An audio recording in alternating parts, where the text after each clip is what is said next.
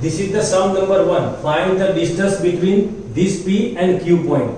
If I have both coordinates, then I can find out the distance. Second sum. If the distance between point A and point B is 10 units, then I want to find out the M. We have already studied the first and the second sum. Now this is my third sum. So what is the change here? Look, a point P on x-axis. This is the main thing.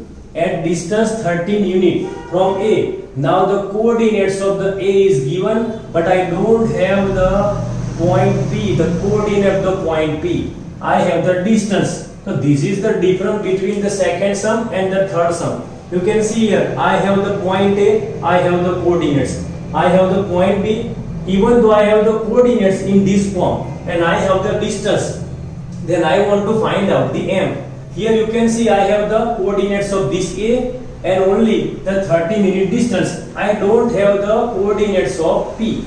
Now, first of all, I want to see that here, suppose standard line, I want to plot the point P on the graph paper, then how it is possible? Here 3 and 0 means what? Here 3 and 0, the point P is on the x-axis. And the point Q, 0 and 4 means what? It is on the y-axis. Here it is indicate the point P is on the x-axis. Means what?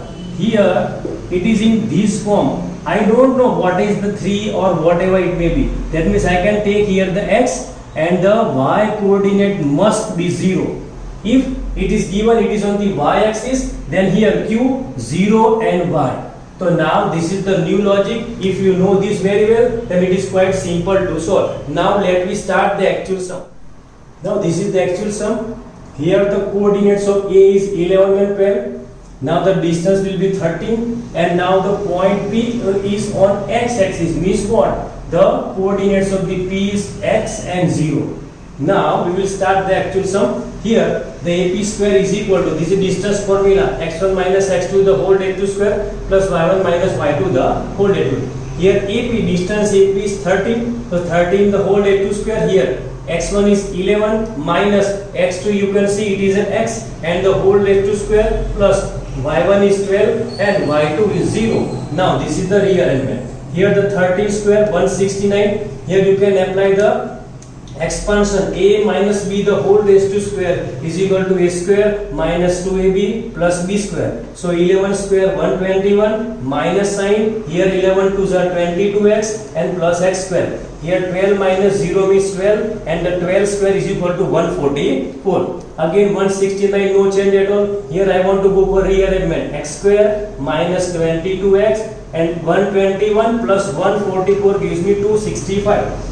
Now here in this step the 169 goes that side, so 0 is equal to x square minus 22x and the simplification of this will be a 96. So here final I have 0 is equal to x square minus 22x plus 96. I can rearrange x square minus 22x plus 96 is equal to 0. Now I want to go for the factorization. Now here we can apply the coefficient method. I want the Miller term 22. Means what? 16 6 are 96 and 16 plus 6 gives me the 22. Now x square, here a partition will be a minus 16 and minus 6 and 96, no change at all. I want to go for the first two and the last two. Here you can see x is the common factor, so x minus 16. Be careful, here minus sign you can take outside and 6 will be common factor. When we take the minus sign outside, at that time the inside sign will be changed. It will be x minus 16. The both are same means we are on the right track now. One time this and second time the remaining thing will be there. Now I want to separate the 0 and finally I want to make the x subject. Minus 16 goes that side, it will be a 16 and here x will be a 6. So finally the coordinates of P will be, you can see here, P is equal to 16 and 0, or we can say P is equal to 6 and 0. There are two possibilities of the coordinates of P.